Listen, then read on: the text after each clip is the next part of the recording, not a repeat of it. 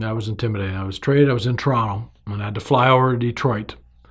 And I met the two scouts, Louis Passador and Steve Berklisich. They met me first at 4 o'clock in the afternoon and just raked me over the coals that I was going to meet the man, Emile Francis. You don't mess with the man. He brought you here, this and that. We've been scouting you. I was so scared of Emile Francis. I went up to meet Emile. He's one of the nicest men I ever met. He says, how much you making? I said, 15. He said, you can't live in New York. I'll give you 17.5. How much cash you guys? Oh, about $20. Here's $100. See me in New York. I'll give you some more money. And then my roommate was Billy Fairburn, and I was traded for Juha Viding, and Billy and him were teammates. I went, oh, great. I can room with a guy that I just got traded for, his best buddy. And Billy to this day is one of the quietest, nicest guys I ever met. I went in the room. I thought, this guy hates me.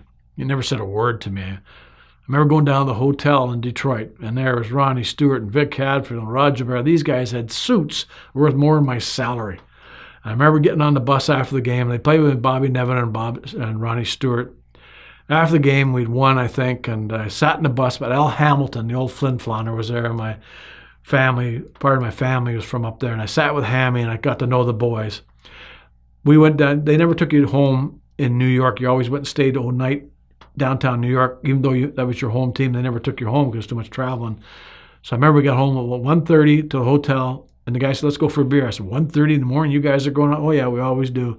I remember I went and sat with Walkachuk and Billy Fairburn, and I talked fishing for an hour. I've never fished in my life, but I drank beer with them. We became the closest of friends. And for me, being in New York, the guys were outstanding. Bobby Nevin and Rod Gilbert took me to practice every day. Emile Francis was great. We had a great bunch of guys. Greatest experience to this day, New York Rangers is my team, and the town itself. It was exciting.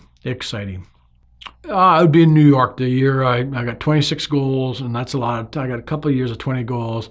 But I was voted the player's player, and that was important to me because that's all my teammates who were playing, guys like Rattel and Gilbert and Horton, and I was voted the guy on the team that the guys really respected the most and did most for the club. That was a real honor. And that year also I won the Players Player Award from the NHL, from the writers in New York.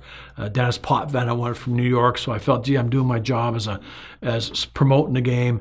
And in that year I won the Charlie Conacher Humanitarian Award for my support of at that time, the Manitoba Special Olympics. I'd started that here in conjunction with Dan Johnson and Donnie McKenzie.